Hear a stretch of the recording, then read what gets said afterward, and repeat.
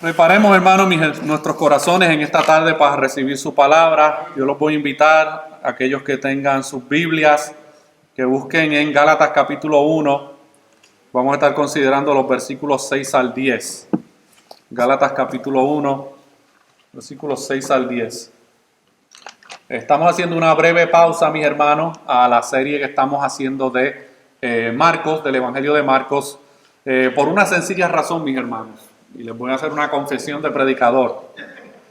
La semana pasada nosotros estábamos de vacaciones, llegamos el miércoles. El jueves tuve que atender unas situaciones importantes. El viernes también estuvimos atendiendo otras situaciones del ministerio. Y a mí no me gusta, mis hermanos, preparar un sermón a la carrera.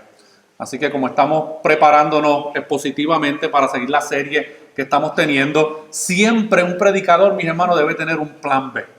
Amén. Y siempre debe tener un sermón preparado por si sucede algo y no del tiempo, ¿verdad?, de prepararse como uno quisiera y uno debe para poder exponer lo que estamos exponiendo del Evangelio de Marcos, mis hermanos. Así que esa es la razón por la cual hoy vamos a estar predicando de este pasaje de Gálatas capítulo 1, versículos 6 al 10. El 80% de esta congregación, mis hermanos, en estos momentos, en su mayoría, no estaban aquí cuando nosotros comenzamos en el 2015. Y los que estaban aquí, que hay algunas familias que todavía están aquí, se acuerdan que la primera serie expositiva que nosotros hicimos fue del Evangelio, de la Epístola a los Gálatas. Así que yo quiero recordar en esta tarde algunas verdades que son sumamente importantes para el entendimiento bíblico de un creyente y el entendimiento bíblico de una congregación. Así que vamos a estar hablando en esta tarde acerca de un evangelio diferente. Así que prepare su correa, sus pantalones, las hermanas preparen sus faldas, porque hoy va a estar picante este asunto, mis hermanos. Vamos a la palabra del Señor ahí en Gálatas capítulo 1, versículos 6 al 10 y oramos. Estoy maravillado de que tan pronto os hayáis alejado del que os llamó por la gracia de Cristo para seguir un evangelio diferente. No que haya otro, sino que hay algunos que os perturban y quieren pervertir el evangelio de Cristo. Mas si aún nosotros, o un ángel del cielo, os anunciare otro evangelio diferente del que os hemos anunciado, sea anatema. Como antes hemos dicho, también ahora lo repito, si alguno os predica diferente evangelio del que habéis recibido, sea anatema. Pues, ¿busco ahora el favor de los hombres o el de Dios? ¿O trato de agradar a los hombres? Pues si todavía agradara a los hombres, no sería siervo de Cristo. Señor, venimos delante de tu presencia, Señor, con temor y reverencia ante tu palabra, Señor, y reconociendo también nuestra propia fragilidad y nuestra propia debilidad, Señor. Pero tu palabra es perfecta, tu palabra es santa, tu palabra es pura, Señor. Y te pedimos que en esta tarde tú hables a nuestras vidas por medio de ellas y que seas tú glorificándote en la vida de cada uno de los que estamos aquí, Señor. Entonces te lo pedimos en el nombre de tu Hijo amado Jesús. Amén. Pablo, mis hermanos, comienza esta carta a los Gálatas dando una pequeña defensa de su llamado y su autoridad apostólica. Si usted ve en los versículos 1 y 2 de aquí de esta carta a los Gálatas, en el capítulo 1, Pablo comienza diciendo, se introduce a esta iglesia de la siguiente manera: Pablo, o sea, él es el autor, apóstol, no de hombres ni por hombre, sino por Jesucristo y por Dios el Padre que los resucitó de los muertos. Uno de los requisitos básicos, mis hermanos, para ser un apóstol era haber sido llamado, comisionado específicamente y personalmente por Jesucristo mismo. Por eso es que ya no hay más apóstoles en el día de hoy, mis hermanos. Hay muchos apostolobos en el día de hoy, pero apóstoles solamente hay 12, mis hermanos, y Pablo fue el último de ellos. Y Pablo comienza esta carta haciendo una defensa de su llamado y su autoridad apostólica. Luego Pablo pasa en los versículos 3 al 5 a dar un resumen corto de las verdades fundamentales del Evangelio que él había recibido y que se las había anunciado a los Gálatas. Miren lo que dice Pablo ahí en los versículos 3 al 5. Gracia y paz sean a vosotros, de Dios el Padre y de nuestro Señor Jesucristo, el cual se dio a sí mismo por nuestros pecados, para librarnos del presente siglo malo, conforme a la voluntad de nuestro Dios y Padre, a quien sea la gloria por los siglos de los siglos. Así que vemos aquí que el mensaje del Evangelio está centrado sobre la gracia de Dios y la paz que el hombre ahora obtiene por medio de la obra de Jesucristo. Y en esta carta vemos que el mensaje del Evangelio trata específicamente acerca de cómo Cristo se dio a sí mismo por nuestro rescate y por la liberación de nuestro pecado. Y Pablo tiene que recordarle nuevamente estas verdades a estos creyentes en Gálatas. Y todo esto que él menciona aquí en estos versículos 3 al 5, él lo hizo por el designio perfecto de su voluntad y para su propia gloria por los siglos de los siglos, mi hermano. Y es ahora donde Pablo comienza a hablarle directamente a estos creyentes en Galacia. Si usted lee todas las cartas del apóstol Pablo, en todas ellas él comienza con unas palabras de ánimo, de gozo, de expresión de agradecimiento. Esta es la única carta escrita por Pablo donde Pablo no tiene palabras de elogios para esta comunidad y esta iglesia en Galacia. ¿Cuál era la carga mayor del apóstol Pablo, mis hermanos? Porque el apóstol Pablo tenía una carga muy pesada en su vida por el ministerio que Dios le había dado. Y a través de todo el ministerio del apóstol Pablo, una de sus mayores preocupaciones y una de sus mayores angustias eran los falsos maestros que ya estaban infiltrados en la iglesia y por los falsos maestros que se introducirían en la iglesia. Y Pablo tenía una carga muy fuerte por esta realidad. Si usted me acompaña ahí a 2 de Corintios capítulo 11, versículos 1 al 4, miren cómo Pablo expresa esta carga que él tiene a la iglesia de Corinto. 2 de Corintios, capítulo 11, versículos 1 al 4 y luego 12 al 15. Miren cómo Pablo le habla a estos creyentes en Corintios, que usted sabe que eran medios problemáticos. Miren cómo les dice: ojalá me toleraseis un poco de locura. Sí, toleradme. Hay una situación donde hay una gente desacreditando el ministerio y la autoridad de Pablo. Y él ahora le escribe a estos creyentes y le dice: ojalá me tolerases un poco de locura. Sí, toleradme. Porque os celo con celo de Dios, pues os he desposado con un solo esposo para presentaros como una virgen pura a Cristo. Pero temo que como la serpiente con su astucia engañó a Eva, vuestros sentidos sean de alguna manera extraviados de la sincera fidelidad a Cristo. Porque si alguno viene predicando a otro Jesús que el que os hemos predicado, o si recibís otro espíritu que el que habéis recibido, u otro evangelio que el que habéis aceptado, bien lo toleráis. Y pienso que nada he sido inferior a aquellos grandes apóstoles.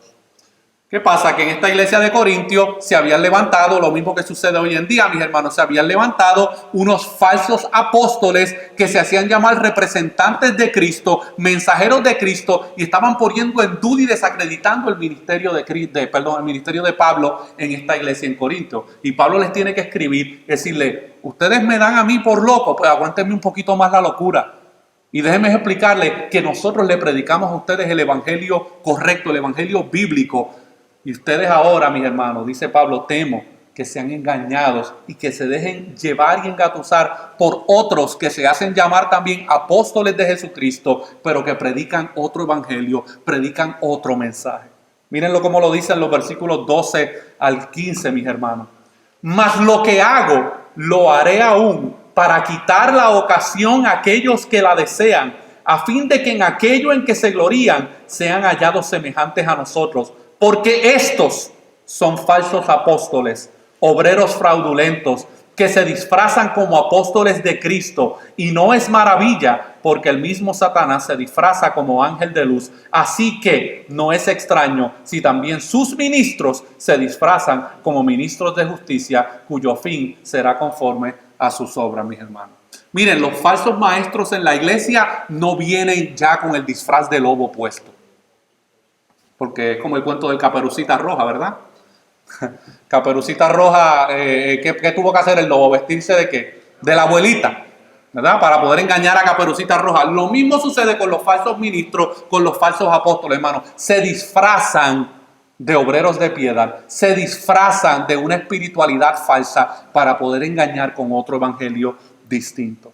Pablo le dice a la iglesia de Éfeso en Hechos capítulo 20, versículos 28 al 30, antes de despedirse de esta comunidad de fe. Miren lo que le dice ahí en Hechos 20, versículos 28 al 30.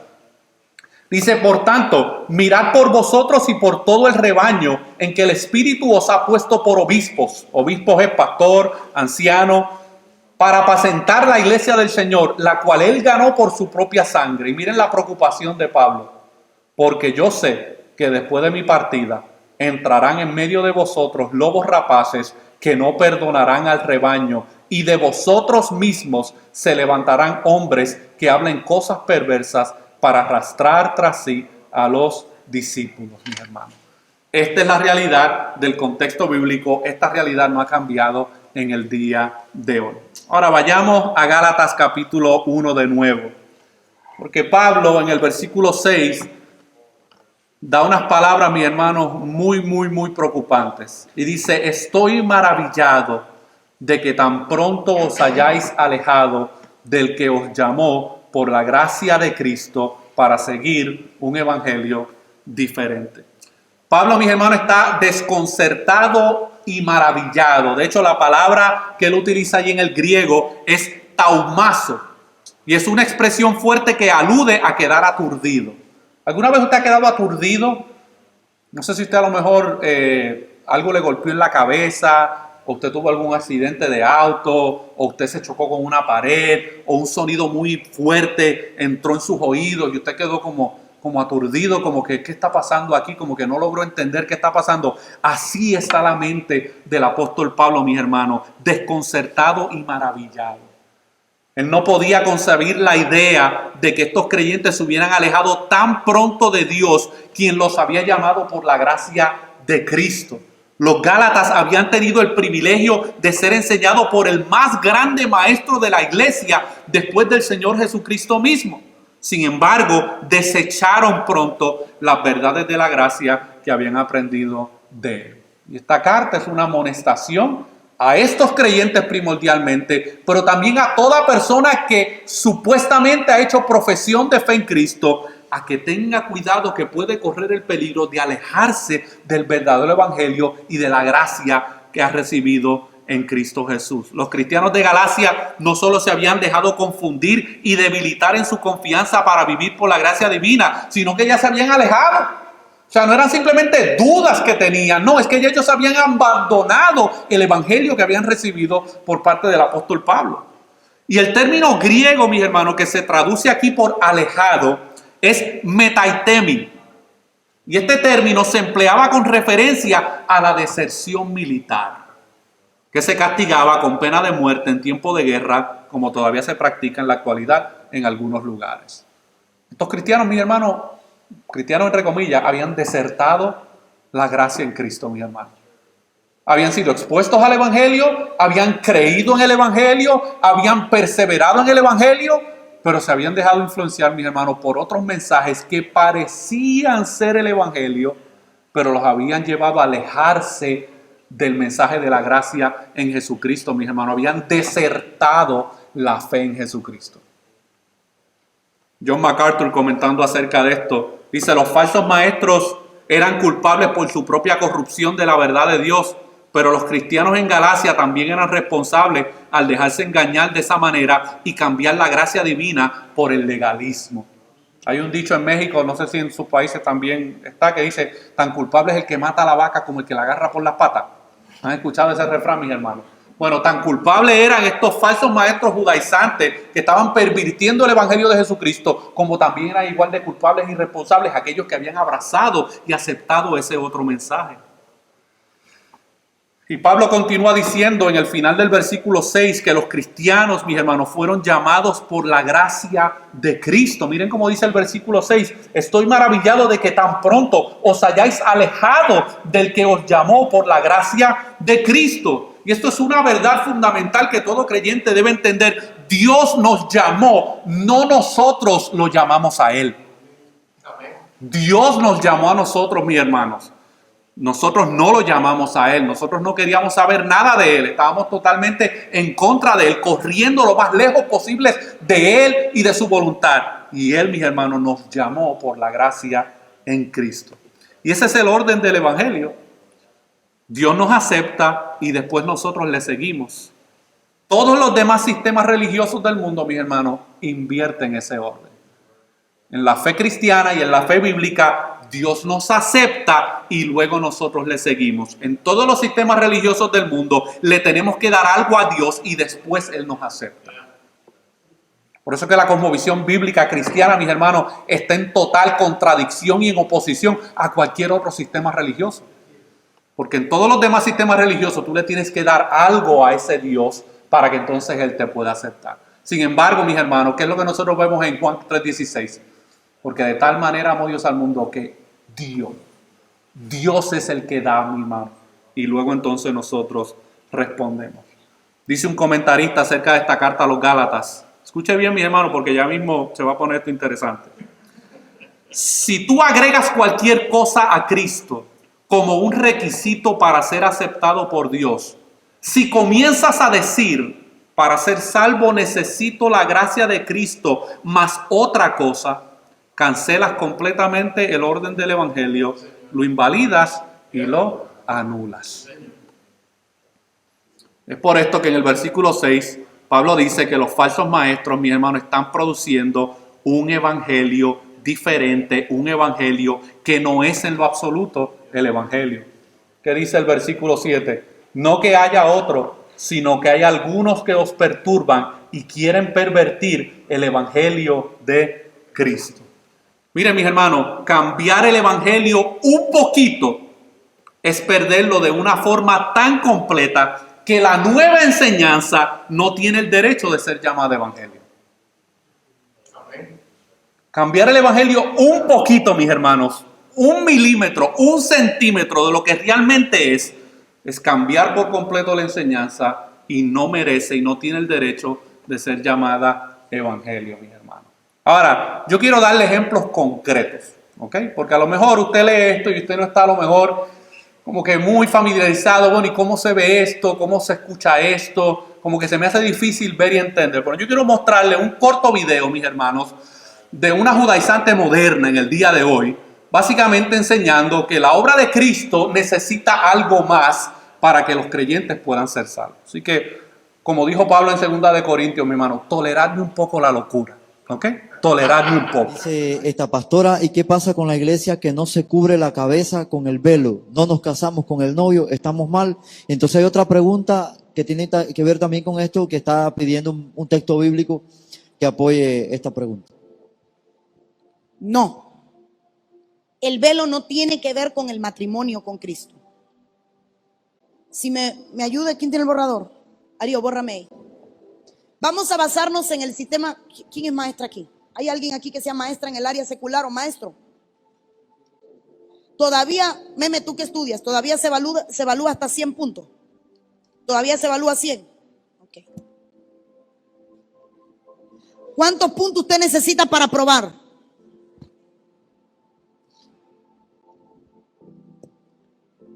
La gracia te da 60 puntos de salvación. Los otros 40 puntos para llegar a los 100 se los gana usted. Digamos que para ser salvo, para pasar el grado, para pasar la prueba, usted necesita 60 puntos. Esa es la gracia. Aprobado, salvo.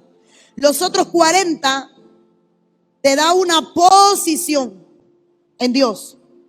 Si yo tengo estos 40 de posición, voy a tener la estatura del varón perfecto. Solamente hay 3 doctrinas que tienen que ver, con la salvación. La primera tiene que ver con la Biblia. La Biblia es infalible. En la Biblia no hay error, ni hay contradicción. Lo que pasa es que la suma de su palabra es la verdad. Si yo no entiendo que en la Biblia no hay error, afecta mi salvación, afecta mis 60 puntos. La segunda tiene que ver con la Trinidad o triunidad. A pesar que la palabra Biblia y la palabra Trinidad no están en la palabra del Señor, porque la palabra Biblia no aparece en la Biblia, y la palabra Trinidad o triunidad no aparece en la Biblia, la palabra Trinidad o triunidad habla de tres seres que son Dios.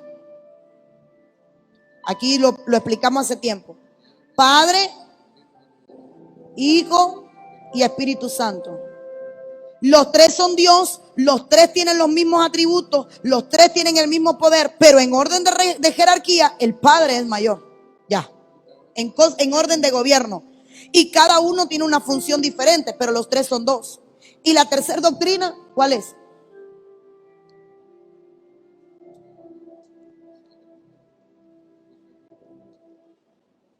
No le creo. La primera doctrina tiene que ver con esta. La Biblia es infalible. La segunda tiene que ver con la Trinidad. Y la tercera tiene que ver con Cristo. Su deidad. Si yo no creo que Él es el intercesor, intermediario, camino. Sí, pero hablando del tema de salvación, Él es el camino. Sin Él no llego al Padre. Él es el intermediario. Mi oración, si no la hago en el nombre de Jesús, no llega al Padre.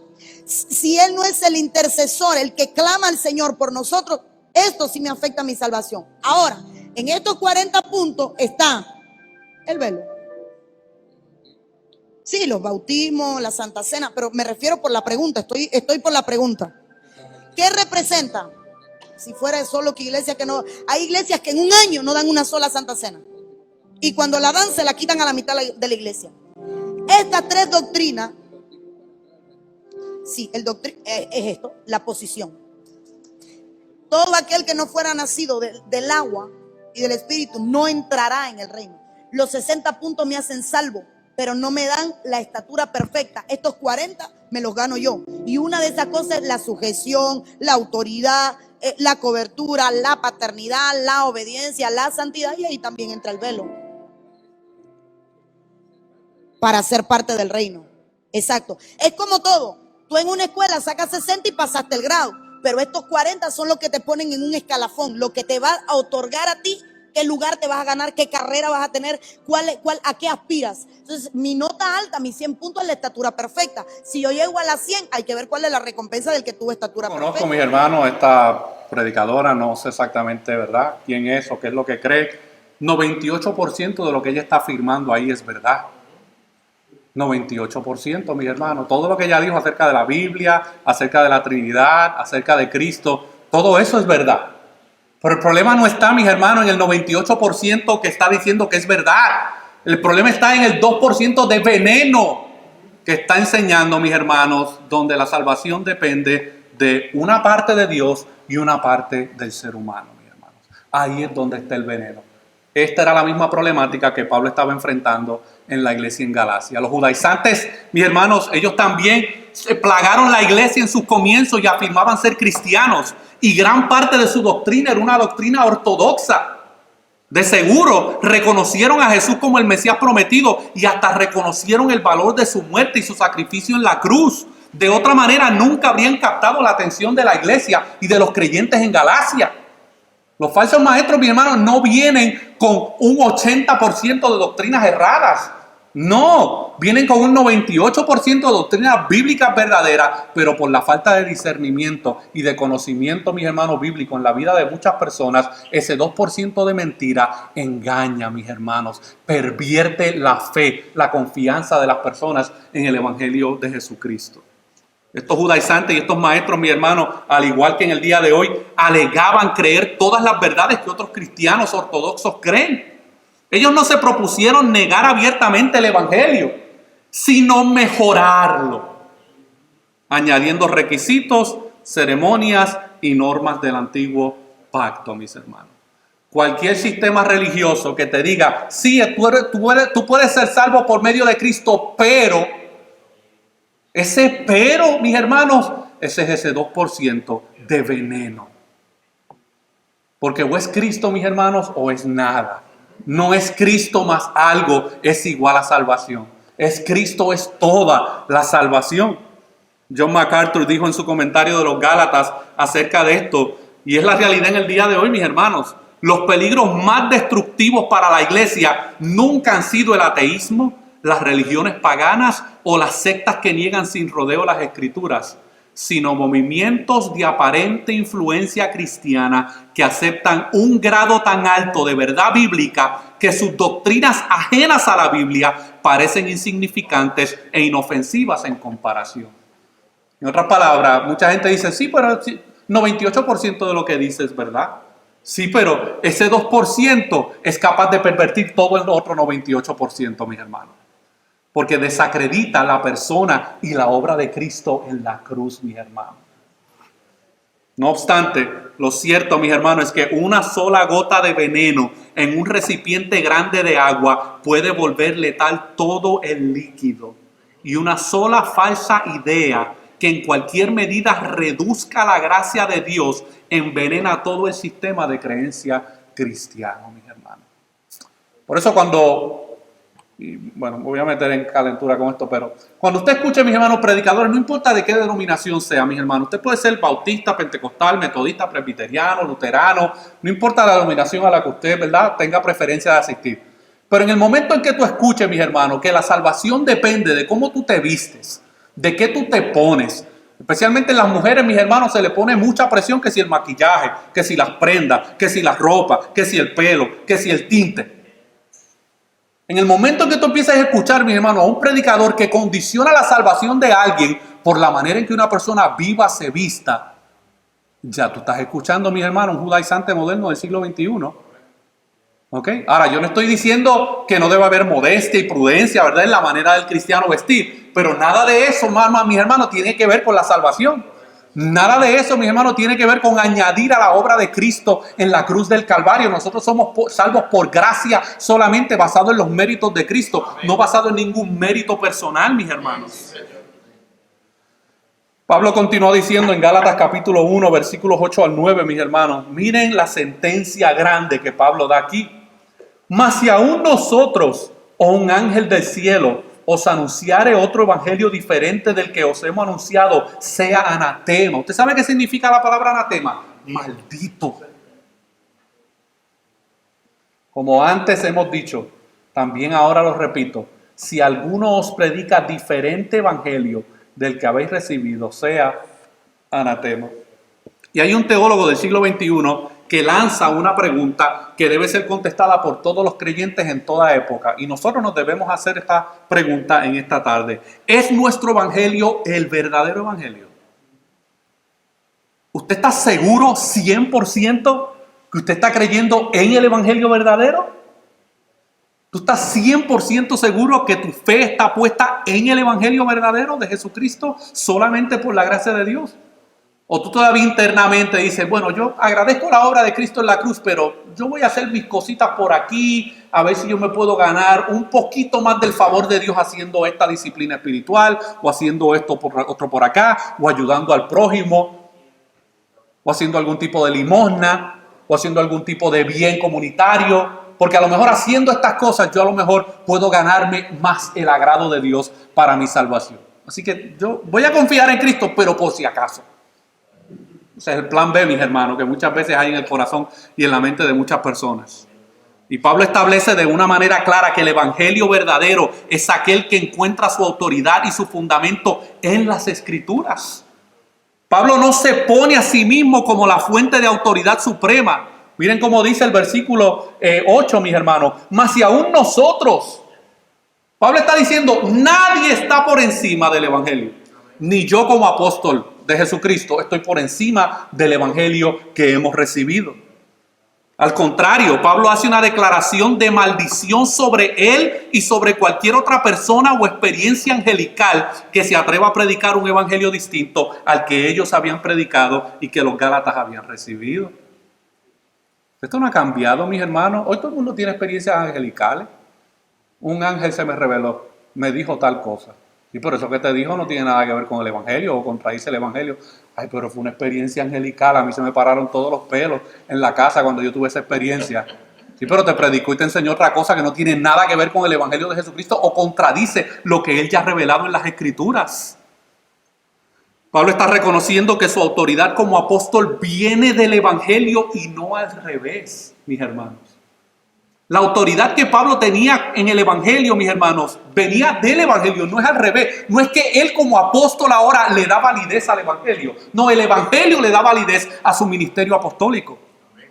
Pablo le está implorando a los Gálatas que ellos juzguen y evalúen aún la enseñanza que proviene de él mismo. Y eso usted lo debe hacer todo el tiempo, mis hermanos. Y nosotros hemos tratado de enseñarle a esta congregación desde el principio que yo no soy infalible, mis hermanos. Yo no estoy por encima de mi propia predicación. Yo no estoy por encima, mis hermanos, de la autoridad de la palabra. Y como congregación, mis hermanos, esta congregación y toda congregación tiene la autoridad dada por Cristo de juzgar la predicación que sale de su púlpito. Porque o es el evangelio o es 98% verdad y 2% mentira. ¿Y quiénes son los que se tragan el veneno? La congregación, mis hermanos, ustedes. Yo no estoy por encima de la autoridad bíblica, mis hermanos, y el día que yo comience a atribuir más cosas a la obra de Cristo, ustedes están en todo su derecho, mis hermanos, de decir bye bye piojito y pedirme carta de renuncio, de despido, mis hermanos. Martín Lutero habla acerca de esto, dice: la Biblia juzga a la iglesia no juzga a la Biblia. La Biblia es el fundamento para la iglesia y la creadora de la iglesia. La iglesia no es el fundamento para la Biblia o la creadora de la Biblia. El creyente debe evaluar a la iglesia y a su jerarquía con el evangelio bíblico como el criterio para juzgar todas las afirmaciones de la verdad. Por eso, una de las primeras cosas que usted debe hacer como creyente, cuando usted desea ser parte de una comunidad de fe, mis hermanos, y esto se los he enseñado y se los seguiré enseñando, lo primero que usted debe hacer en el momento en que usted desea ser parte de una comunidad de fe, no es preguntarse: ¿tienen ministerio de niños? ¿Tienen ministerio de adolescentes? Ay, ¿tienen buena música? ¿Tienen colores? ¿Tienen...? No, eso no es lo que tú debes preguntarte. Lo que tú debes preguntarte es: ¿qué creen? ¿Sabe que hay creyentes que llevan 10 años en una congregación y nunca saben qué es lo que esa iglesia cree? Nunca se le ha dado una declaración de fe de qué es lo que ellos creen acerca de Dios, acerca del Espíritu Santo, acerca de Cristo, acerca de la salvación. Así que el día que algunos de ustedes se vayan de este lugar, los miembros de esta iglesia, que se vayan a otro lugar porque se muden o lo que sea, mis hermanos, se regrese a su país, lo primero que usted debe hacer cuando llegue a una congregación es: denme una copia de su declaración de fe.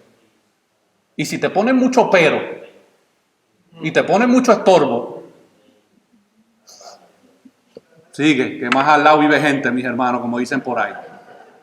Sigue caminando, mis hermanos. Pregunta qué es lo que creen. Porque lo más probable, no en todos los lugares, pero lo más probable te están enseñando 98% de verdad y 2% de veneno. 2% que no es el evangelio bíblico de Jesucristo, mis hermanos. Ahora, ¿cuál era el compromiso de Pablo? Lo vemos en el versículo 10. Mis hermanos, no es uno de esos mensajes muy populares. ¿Está bien? Cuando esto suba a Facebook, los hate comments, mis hermanos, van a estar fluyendo. Bueno, miren lo que Pablo dice en Gálatas 1:10. ¿Cuál es el compromiso de Pablo, mis hermanos? Y este debe ser el compromiso de todo pastor, todo predicador y de todo creyente. Pues busco ahora el favor de los hombres o el de Dios.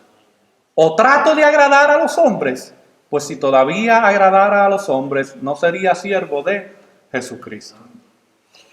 Miren, estas palabras que Pablo le está dando a esta iglesia, ¿usted cree que le iban a caer bien al oído a estos creyentes en Galacia? Esta reprensión de maldición que Pablo les está dando, no le va a caer bien, mis hermanos.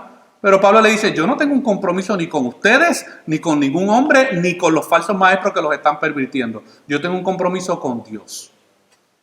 Dios me llamó a mí a predicar el evangelio de Jesucristo. Pablo concluye, mis hermanos, esta sección del capítulo 1 dejando bien claro a sus detractores y a los creyentes en Galacia que su compromiso era con Dios y con su evangelio. Pablo entendía los riesgos de pervertir, adulterar y corromper la esencia del mensaje del evangelio de la gracia. Pablo entendía que la gracia y el favor provienen de Dios únicamente. No hay ningún pastor que pueda añadirte gracia a tu salvación. No hay ningún sacerdote católico romano que pueda añadirle gracia a la gracia de Cristo, mis hermanos. No hay ninguna obra humana que pueda añadirle a la gracia de Cristo. Su confianza, mis hermanos, estaba puesta únicamente en la sola gracia de Dios por medio de la sola fe, a través de solo Cristo, sustentada en la sola Escritura y para la gloria de Dios solamente. Por eso cuando usted visita, mis hermanos, nuestro website, hay una sección que dice declaración de fe. Y usted puede mirar públicamente, mis hermanos, porque nosotros no escondemos lo que creemos. Ahí usted puede mirar exactamente qué es lo que nosotros creemos. Bueno, nosotros dentro de nuestros valores bíblicos y doctrinales, nosotros sostenemos, mis hermanos, lo que se conocen como las 5 solas de la Reforma Protestante. El corazón de la Reforma Protestante es capturado en 5 declaraciones concisas, conocidas como las 5 solas. Y estas 5 solas, mis hermanos, son una de las muchas razones por las cuales hubo una ruptura en el catolicismo romano en el siglo XV y XVI.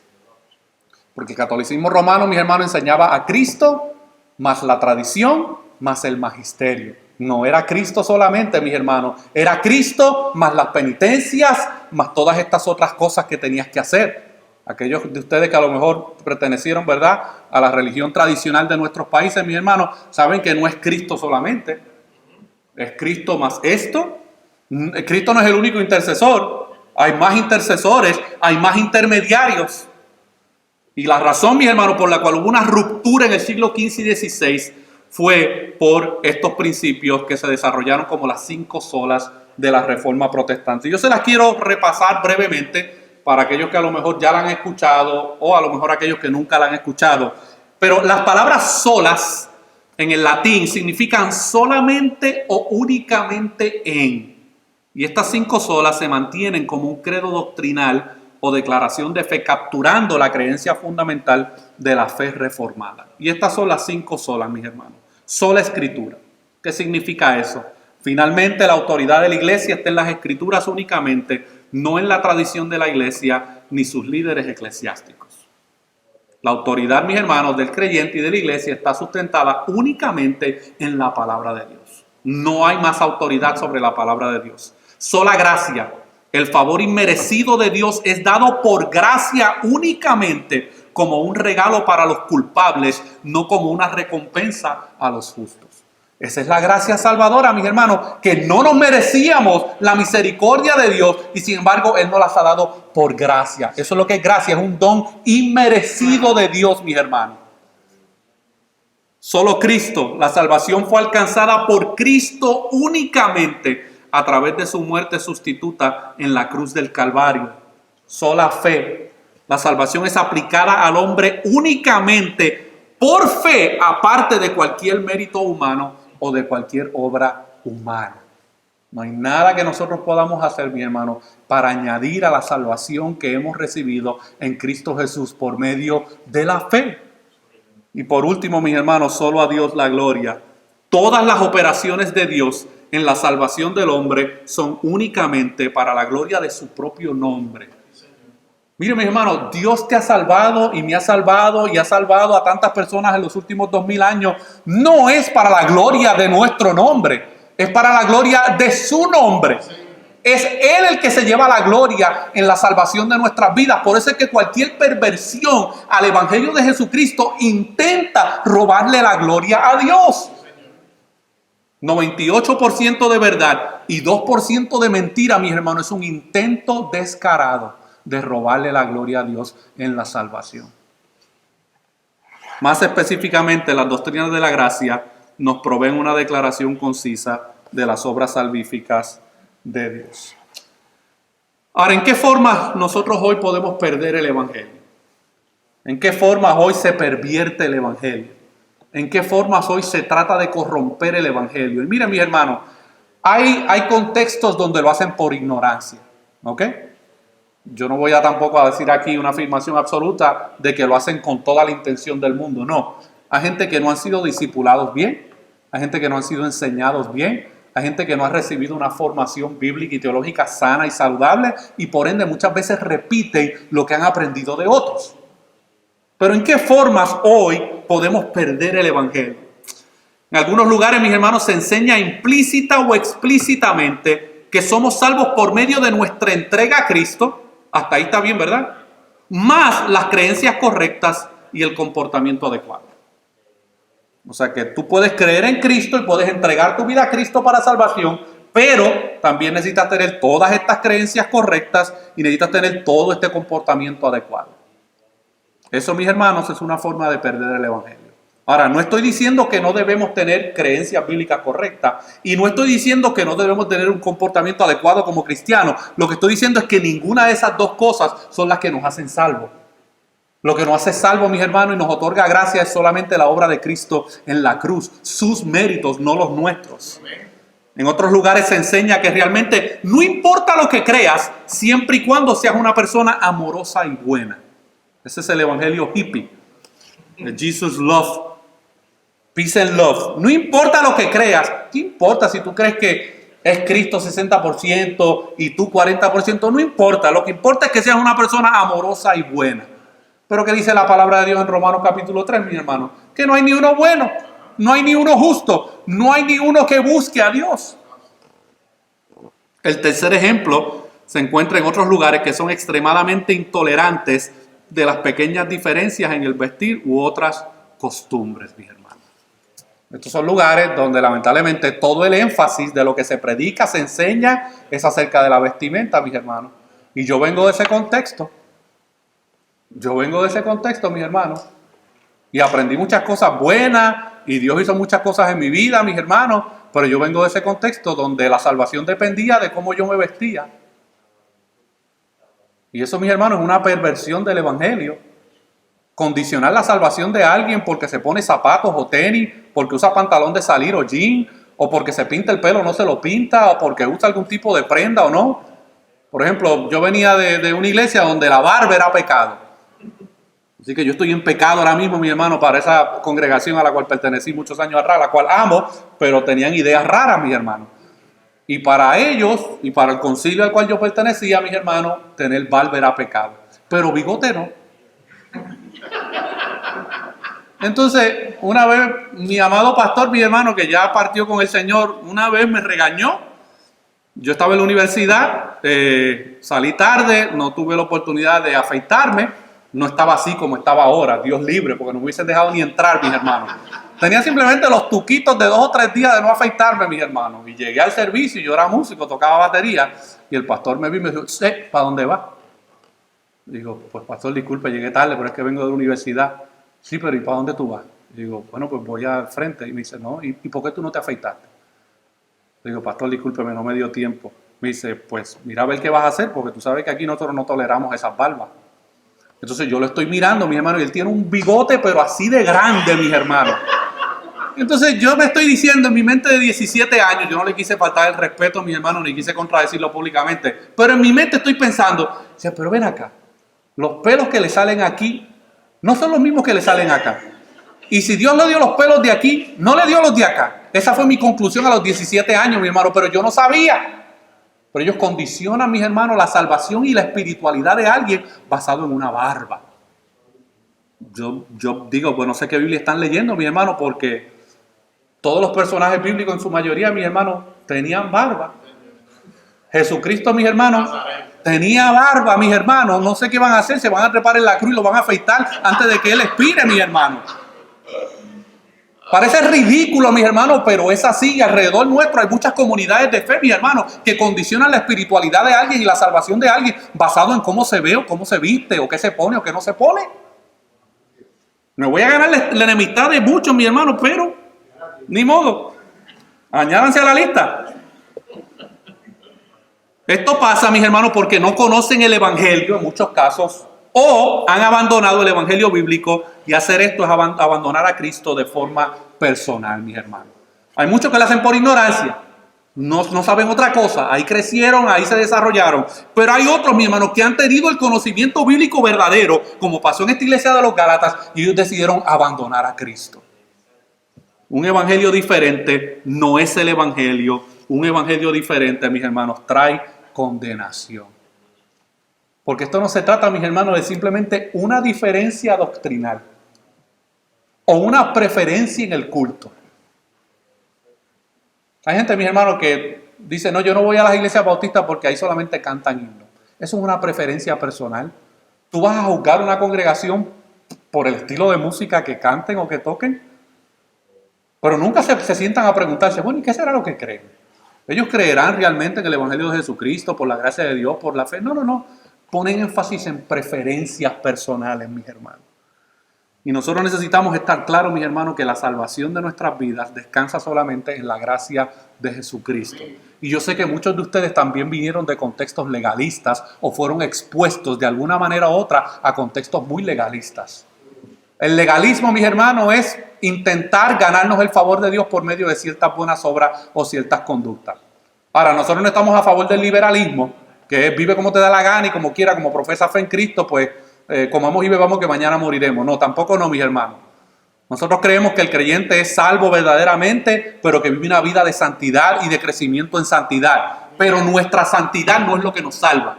Lo que nos salva, mis hermanos, es la obra de Cristo y la santidad de Cristo aplicada a nuestras vidas.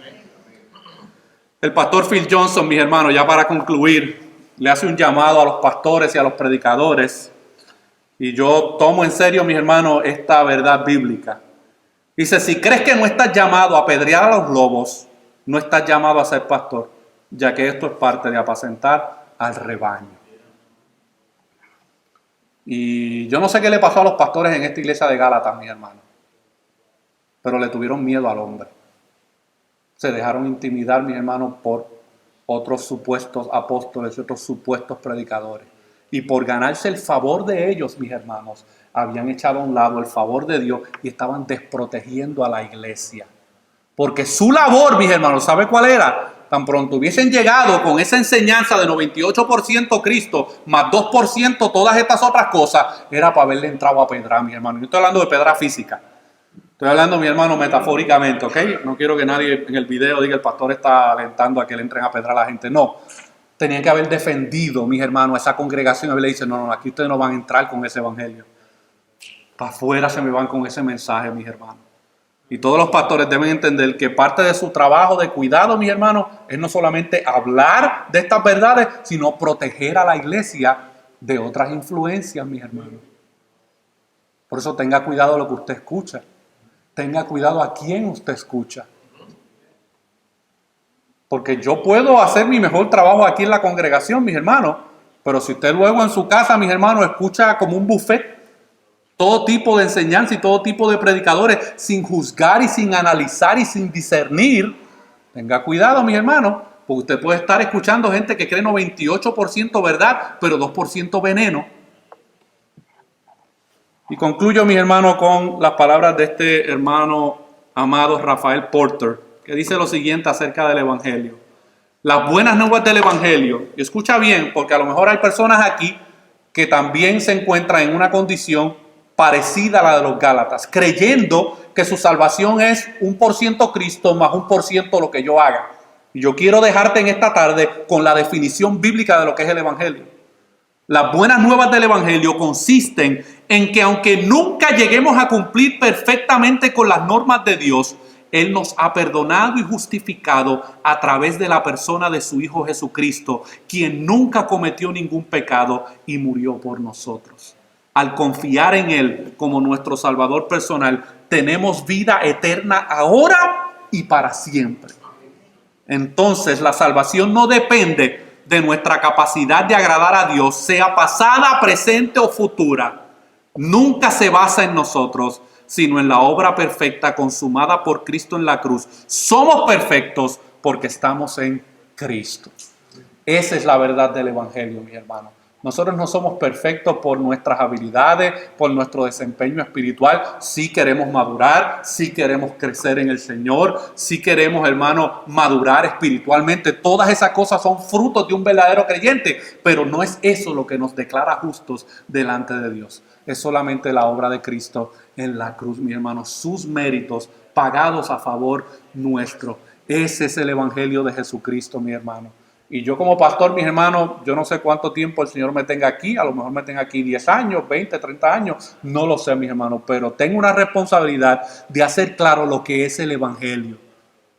Para que el próximo que venga, mis hermanos, no venga con 98% de verdad y 2% de mentira. Y que ustedes tengan la capacidad de juzgar y discernir si realmente el Evangelio que cree y el Evangelio que predica es el Evangelio verdadero de Jesucristo, mis hermanos. Oremos.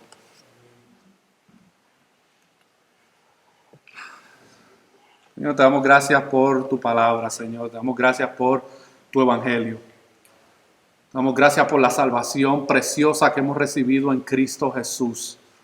Te damos gracias por tu gracia aplicada a nuestras vidas. Te damos gracias por tu justicia aplicada a nuestras vidas.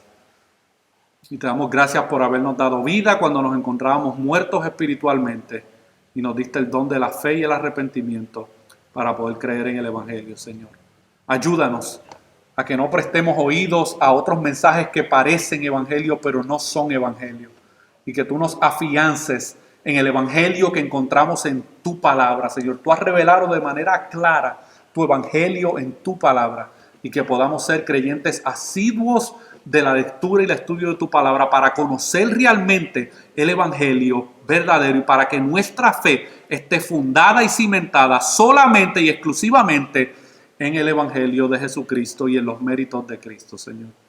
Obra en tu pueblo, Señor, y obra también en medio nuestro, tal vez en alguna persona que está en medio de esta reunión, Señor, que todavía no ha puesto su confianza completa en Cristo solamente por medio de la fe, Señor. Que en esta tarde tú otorgues gracia salvadora y que toques sus vidas y que obres un nuevo nacimiento en sus vidas para que puedan creer y puedan arrepentirse de sus pecados y pongan su confianza en Cristo solamente. Todo esto te lo pedimos en el nombre de Jesús. Amén.